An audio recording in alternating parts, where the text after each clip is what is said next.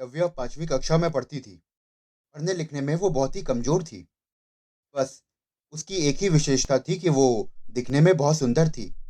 इसलिए सभी लोग उसकी सुंदरता की तारीफ करते थे। लव्या को इस बात का घमंड हो गया और वो ऐसी लड़कियों से नफरत करने लगी जो सुंदरता में कुछ कम थी। उसे सबसे अधिक नफरत वंदना से थी, क्योंकि उसका रंग कुछ काला था।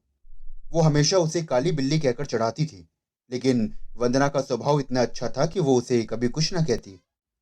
वंदना बड़ी भोली भाली लड़की थी। पढ़ने लिखने में भी वो बड़ी होशियार थी। सभी अध्यापिकाएं उसे बहुत प्यार करती थीं। घर पर भी माँ उससे बहुत खुश रहती थी। हर काम में वो माँ को सहयोग देती। सभी काम को वो मन लगा के करती थी। वो बड़ी सफाई पसंद थी, इसलिए हमेशा साफ सुथरी भी रहती थी।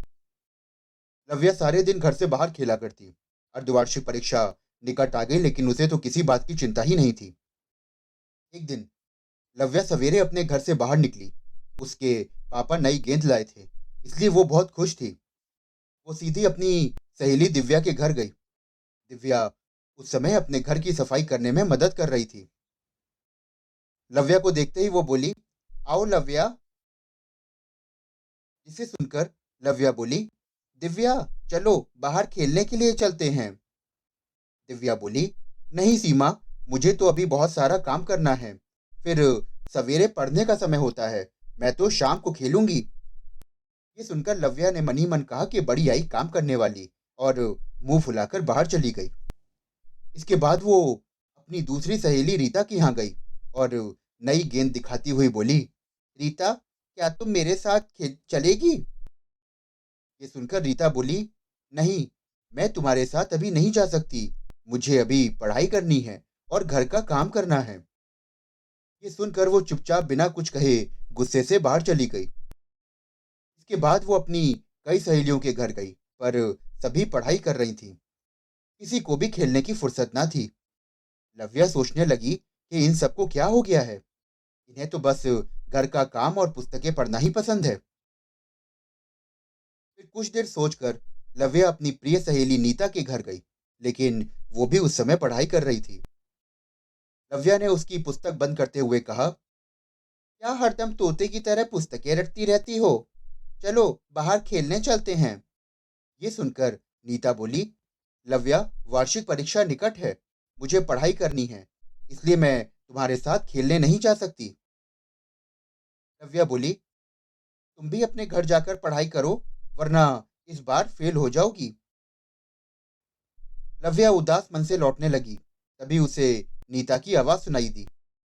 वो अपनी माँ से कह रही थी, देखो ना माँ, लव्या सवेरे सवेरे खेलने के लिए आ गई।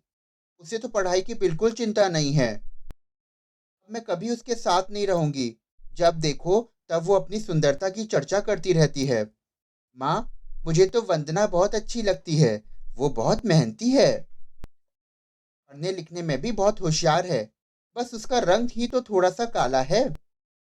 ये लव्या तो उस बेचारी को काली बिल्ली कहकर चिढ़ाती रहती है। ये सुनकर उसकी माँ बोली, नीता, सुंदरता रंग से नहीं, गुणों से होती है, और अच्छे गुण ही वंदना की सुंदरता है। लव्या इसके आगे कुछ ना सुन सकी। वो चुपचाप अपने घर की ओर जा रही थी, लेकिन तभी रास्ते में केले के छिलके पर उसका पैर पड़ा और वो फिसल गई। वंदना अपने घर के बाहर खड़ी थी। उसने लव्या को गिरते हुए देखा तो तुरंत दोनों हाथों से पकड़कर बड़े प्यार से उठाया। ये देखकर तो लव्या की आंखें भर आई।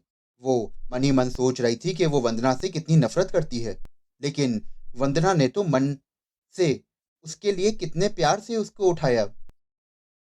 वो बोली, वंदना, तुम बहुत सुंदर हो और मैं काली बिल्ली हूँ। मैंने तुम्हें काफी तंग किया है और बहुत चिढ़ाया है। मुझे माफ कर दो। ये सुनकर वंदना कहती है, अरे, भला सहेली से माफी मांगी जाती है? सचमुच लव्या ने अपनी सुंदरता पर घमंड करना और वंदना को चिढ़ाना छोड़ दिया। तो इस कहानी से हमें ये सीख मिलती है कि सुंदरता रंग से नहीं, गुणों से होती है।